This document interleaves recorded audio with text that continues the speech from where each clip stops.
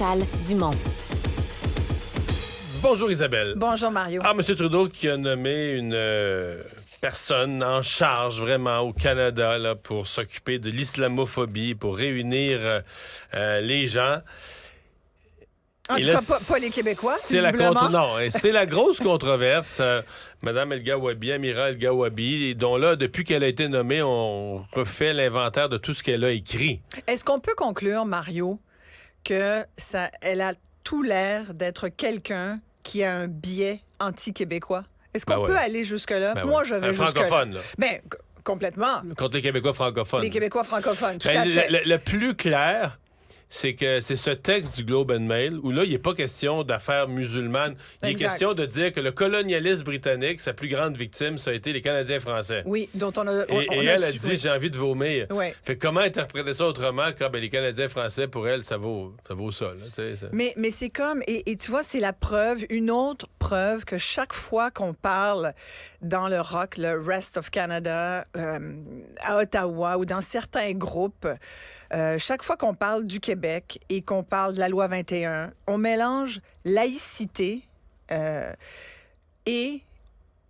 tout autre, et xénophobie et racisme. Souvent, là, c'est ça le problème. C'est qu'on dit, les Québécois sont en majorité en faveur pour la loi 21. Donc, parce qu'ils sont pour la laïcité, ils sont donc anti-religieux contre et contre tous ceux qui pratiquent une religion, et en particulier les musulmans.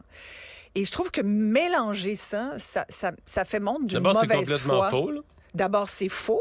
La laïcité, ça n'a rien à voir avec le reste des religions. Ça veut dire, regarde, dans l'espace public, en plus, la loi 21, on peut-tu le dire? C'est pas la pire des lois ça va pas très loin, là. Non, sincèrement, ça dit juste pas de signes religieux dans l'espace public et quand tu travailles... Pour les personnes en autorité. Pour les personnes en autorité, exactement. Il y a d'autres pays, on peut penser à la France, où c'est pas mal plus poussé que ça. Fait que je pense que c'est souhaité par la plupart des Québécois. Tu parlais d'histoire du Québec. Ça fait partie de notre histoire. Ça fait partie de l'évolution du Québec, du Canada français, de cette colonie. On peut remonter loin, là, 400 ans, là, pour expliquer par où on est venu, pour en arriver là. Et cette laïcité dans l'espace public est tout à fait jouable et ne se fait pas sur le dos des gens qui ont leur propre religion. Tout ce qu'on dit, c'est que si tu es religieux, tu pratiques chez toi. C'est tout à fait correct. Parce que sinon, n'empêche personne. La liberté religieuse, là. La liberté de religion existe au Québec. Il y a des mosquées à Montréal. Mais voyons, pour tellement. Toutes les communautés, sous-communautés ont toutes leurs mosquées. Ils pratiquent. Oui, on en a une preuve hier. Il y a eu une commémoration de 6 ans depuis l'attentat à la mosquée de Québec. On a vu hier des Québécois, des musulmans ensemble. On parle beaucoup de créer des ponts aujourd'hui. Hein. On a entendu beaucoup cette expression dans la foulée de la controverse avec Amira El-Gawabi. Et moi, je pense qu'hier, on a pu démontrer qu'il y avait effectivement des ponts créés entre les communautés islamiques et québécoises. Et ça, je trouve que c'est beau à voir dans la foulée d'un événement qui était un événement terroriste, qui est un événement terroriste voulant dire de terreur, d'horreur, qui a eu des conséquences épouvantables à la fois sur les gens qui l'ont vécu que sur le Québec et les Québécois en général. Mais là, on a montré qu'avec ce recueillement collectif, on a montré qu'on était capable d'être ensemble, réunis et de partager des valeurs communes dans la foulée d'un événement qui a fait plaisir à personne au Québec. Il n'y a aucun Québécois, et moi je rejette, qui pouvait être d'accord avec ce geste-là, qui est le geste de quelqu'un qui était dérangé.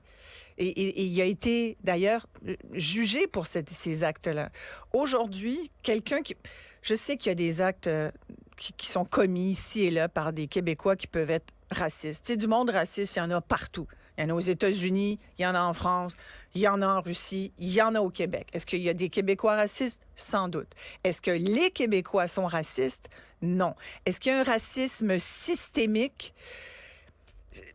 Par moment, j'ai envie de dire, à partir du moment où tu le dis, puis qu'il y a des gens qui témoignent, qui, dans le système, subissent certaines décisions, peut-être qu'il faut se réfléchir au systémique. Je suis pas convaincue, toutefois, que c'est vraiment ça. Un racisme érigé en système, Je suis pas convaincue. Mais là, je me garde une petite gêne si tu parce parles que moi, de- je suis ouais. blanche, tu comprends? Ouais, mais Alors, je si respecte on parle le fait de qu'il y nos ait des grands personnes de systèmes, couleur qui le disent. si on parle de nos grands systèmes publics, là, financés par l'ensemble des contribuables qui sont déjà dans le pays. Ben, Vous en êtes- ce moment... Ben là, les gens arrivent au chemin Roxham, ils arrivent de l'autre bout du monde. Ils arrivent, là. Ils n'ont même pas rempli un formulaire, ils arrivent au chemin Roxham.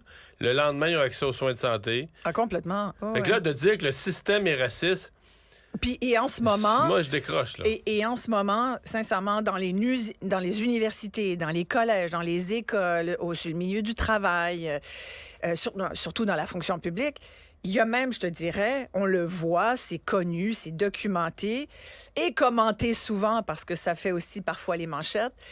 On a une espèce de discrimination positive, c'est-à-dire que à candidature égale, ben, une personne racisée va avoir le travail versus une personne qui ne le serait pas. Mais ça, c'est de moins en moins ça. Là. De plus en plus, c'est l'exclusion, c'est le racisme inverse. Donc, on va dire, par exemple, pour des bourses à l'université, un homme blanc ne peut même pas déposer un dossier. Ça fait partie de ça aussi. Ne peut Oui, même oui, plus tout à avoir, fait. même plus sa place au soleil, il peut même plus s'essayer, il peut même plus présenter son projet ou sa candidature. Écoute, et surtout en art, il se passe quelque chose qu'il va falloir qu'il soit sincèrement questionné. Puis je pense que ça commence à l'être. Là, on a vu le Conseil national des arts là, qui a décidé de financer un événement pour personnes noires seulement. Dans la salle, dans les spectateurs. Dans la salle, c'est-à-dire une exposition faite par des artistes noirs pour pour seulement un public de noirs. Ça veut dire les blancs, vous n'êtes pas admis. Écoute, moi j'ai vu ça, j'ai fait oh mon Dieu, mais c'est épouvantable. Qu'est-ce que Martin Luther King dirait de ça? Oh mon Dieu, il dirait C'est We're dur, far from our dream. Ouais. Parce qu'on pensait que c'était ça, le dream, là, c'était... Et lui, là, le We have a dream, là, c'était que tout le monde soit uni, que tout le monde fasse partie de la même collectivité, qu'on aille tous sur le même chemin, qu'il n'y ait plus de race, qu'il n'y ait plus... Alors que là, on assiste à un renversement. Puis c'est même pas un renversement des rôles, au contraire, c'est une rigidité de la société. Et au lieu de créer des ponts, on fait l'inverse. On met de l'huile sur le feu. Puis je voyais qu'il y avait un article aujourd'hui que je trouvais bien intéressant avec une photo, entre autres, où on voyait Poilievre et Trudeau assis tous les deux. Puis il y avait juste une dame entre les deux, là, une citoyenne canadienne. Ils étaient dehors, puis il neigeait. Tout le monde a une tuque. Évidemment, les deux, Trudeau puis Poilievre, se regardent pas. La dame, la citoyenne, a l'air d'être pris entre ça. Et ça titrait Poilievre propose plus de colère. Ça, c'est ce que Justin Trudeau aurait dit. Mais je pense qu'avec la nomination d'Amira El-Gawabi, c'est beaucoup plus Justin Trudeau qui semble vouloir générer de la colère parce que on peut être un peu fâché, nous, au Québec, de cette nomination. Et je pense que, bon, la CAQ a demandé, le gouvernement de François Legault a demandé sa démission. Est-ce que c'est trop extrême? Ben, moi, je pense que le gouvernement Legault, je suis le Québec. Je trouve ça tout à fait normal de demander sa démission. Tu peux bien la demander, tu ne l'auras pas plus. Là, mais je trouve Et François Blanchet lui a obtenu qu'il va la rencontrer. Il paraît qu'il va la rencontrer. En tout cas, Justin Trudeau a dit qu'il était ouvert à l'idée de cette rencontre, qui plutôt qu'il il trouve que c'est une bonne idée. Hein? Il va la suggérer. Ça ne veut pas dire que Mme El-Gawabi va accepter. Elle serait malvenue de refuser, Marc. Ça serait juste c'est le premier ministre qui vient de la nommer jeudi passé, lui suggère... Ça serait une belle idée de rencontrer M. Blanchet. Je pense qu'elle va le rencontrer. Mais sincèrement, tant mieux là, pour lui parce que ça fait, ça fait un point de plus. Puis c'est un dossier bonbon là, pour le Bloc québécois. Là, hein? Mais sincèrement, est-ce que ça va changer quelque chose? Quelqu'un qui a des biais fondamentaux comme elle semble avoir, quelqu'un qui a un sentiment anti-québécois, anti-francophone, qui comprend pas d'où on vient. Ça va être encore pire. Comment peut-elle avoir ce poste, Mario? Comment peut-elle faire un travail? Encore pire. Parce que là, elle va se dire, quand j'ai été nommée, là, ça a été bien accueilli, mais pas au Québec. Ah, ben sans doute qu'elle va faire ça. Et sans doute qu'elle doit le dire depuis sa nomination jeudi. Mais tu sais, on a beaucoup parlé au cours des dernières semaines de la nomination de Sandro Grande, du... FC Montréal. CF Montréal. Et sincèrement, je trouve qu'il y a des similitudes parce que lui avait tenu des propos à l'endroit de Pauline Marois. La similitude étant qu'il y avait quand même un sentiment un peu désobligeants et des propos déplacés. Ouais, lui avait des propos beaucoup plus violents. Plus violents. Mais, tu sais, plus il était jeune, ses réseaux sociaux, il a garoché ça. Disons que on pouvait penser que c'était appuyé sur une réflexion, plus un réflexe là, de gars fâchés. Alors qu'elle est obligée de penser que c'est une réflexion, c'est des années là, à écrire, à faire des textes, puis un autre, puis un autre, puis un autre. Tu fais bien de dire, parce que moi, je connais pas tellement cette personne, sinon de nom par rapport à ses écrits, justement, à l'effet que les Québécois sont islamophobes.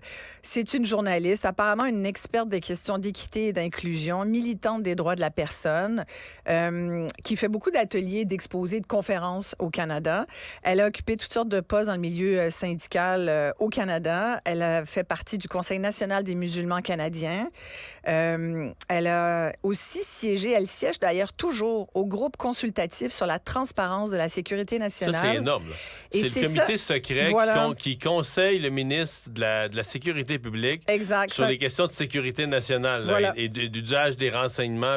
Et je vais terminer là-dessus parce que moi, tu vois, ça m'inquiète quasiment plus que sa nomination sur cette espèce de groupe de lutte contre l'islamophobie. Il y en a un équivalent. Je me suis dit, est-ce que c'est juste contre l'islamophobie, mais il y en a un autre aussi contre l'antisémitisme. Moi, je vote pour qu'il y en ait un contre le sentiment anti-francophone aussi, ça serait pas pire. C'est pas fou. Mais qu'une personne comme ça siège et conseille le sous-ministre de la Sécurité publique du Canada, bien là, je trouve que ça soulève des questions. De quel ordre? C'est pas une experte en sécurité publique, ni en sécurité nationale. Quelqu'un qui a des biais, là, il faut toujours s'en méfier. J'essaie d'être le plus ouverte possible en te disant ça. Isabelle, merci. Merci, Mario. À demain. Mario Dumont. Tout ce que vous venez d'entendre